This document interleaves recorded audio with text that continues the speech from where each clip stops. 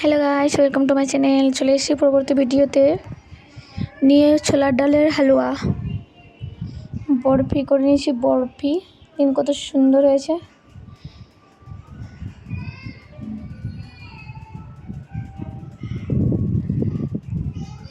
কত স্মুথ সুন্দর হয়েছে, নরম নরম এবং কালারফুল। তাই আপনাদেরকে দেখিয়ে দিব আজকের ছোলার ডালের হালুয়া রেসিপি। তো আমি ডাল নিয়ে নিয়েছি 500 গ্রামের মতো। আমি সকালে ভিজিয়ে দিয়েছি, ডাল ভিজিয়ে রেখে দিলাম। ডালটা ভিজানোর পর আমি সন্ধ্যার দিকে নিয়ে নিয়েছি। ডালটা ধুয়ে নিয়ে কুকারে দিয়ে দিলাম। হালকা জল দিয়ে একটা সিটি দিয়ে দিতে হবে।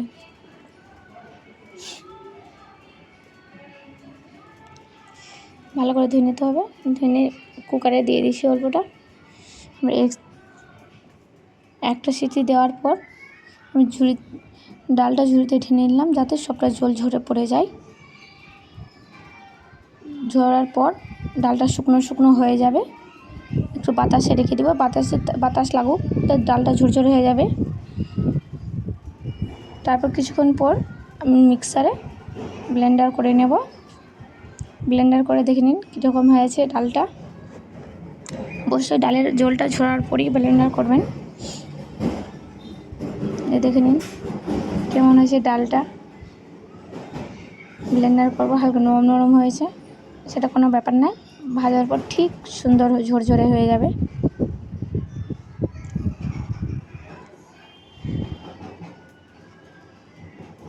ডালটা হালকা গোটা গোটা একটা দুটো থেকে গেছে বলে হাত দিয়ে একটু মিক্স করা হচ্ছে।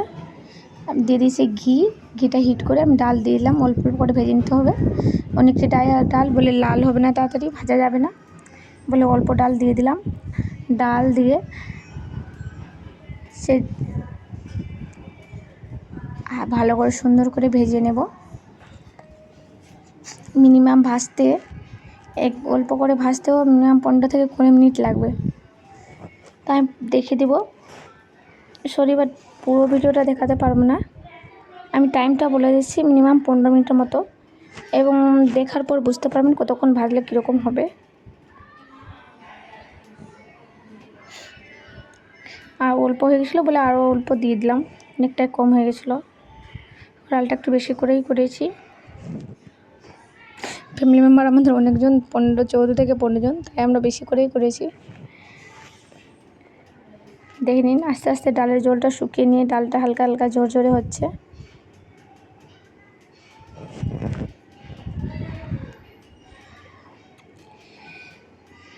আমি দুটো কড়াইয়ে চড়িয়ে দিয়েছি যেন কি তাড়াতাড়ি হয়, তাই একটা কড়াইয়ের কাছে আছে। এই যে এটা করে হালকা ঝরঝরে হয়ে গেছে।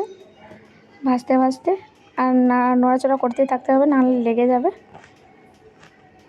এই দেখে নিন কীরকম হয়ে গেছে, আপনি বুঝতেই পারছেন লাল হয়েছে এবং ঝরঝরে টাইপ হয়ে গেছে। সরি, ভিডিও করতে অসুবিধা হচ্ছে, কেন কি একাই করতে একটা হাতে মোবাইল এবং একটা হাতে বুঝতেই পারছেন। ওটা ভাজা হয়ে গেলে বলে আমি জল দিলাম 1 মগ পরিমাণ মতো। যেরকম ডাল থাকবে এরকম জল হালকা দিয়ে দিতে হবে। দিয়ে স্বাদ মতো চিনি দিয়েছি। যে যেরকম মিষ্টি খেতে ইচ্ছা সেরকমই মিষ্টি দিতে পারে।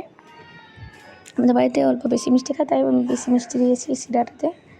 দিয়ে দিচ্ছি সামান্য পরিমাণ লবণ, যাতে হালকা লবণ দিলে একটু স্বাদ বেশি হয়, তাই অল্প পরিমাণ লবণ দিয়ে দিলাম।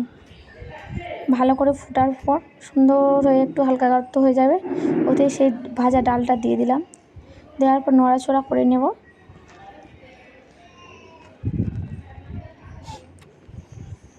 দেখে নিন নড়াচড়া করার পর জলটা শুকিয়ে নিয়ে হালকা শুকনো শুকনো টাইপের হয়ে গেছে।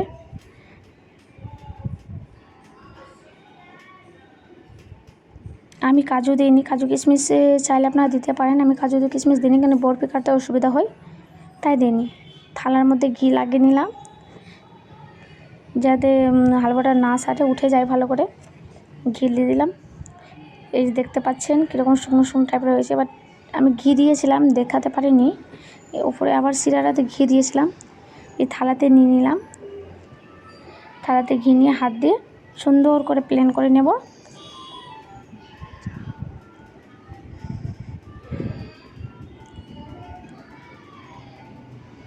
গরম আছে বলে আমি চামচ নিয়ে হালকা প্লেন করে নিচ্ছি। গরম গরমে ইয়ে করে নিতে হবে, নাহলে বরফিটা হবে না, ভেঙে যাবে। হয়ে গেছে প্লেন করা। আমি চাকু নিয়ে বরফি সাইজ মতো বরফি কেটে নেব।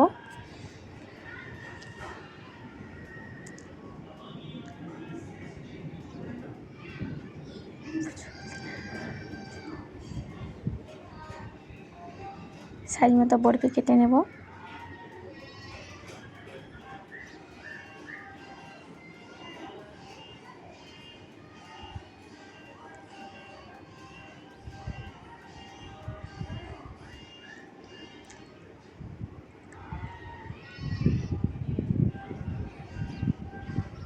এই ভিডিওটা স্পিড করিনি, স্লো করেই করেছি, পুরোটা যাতে বুঝতে পারে, তাই আস্তে করে ভিডিওটা করেছি।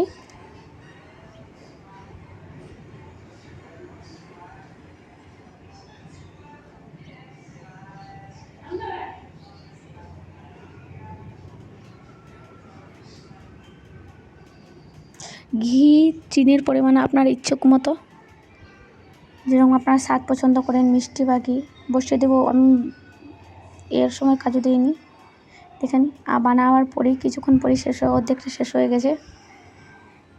টেস্টফুল বরফি, তাই অর্ধেকটা দেখালাম।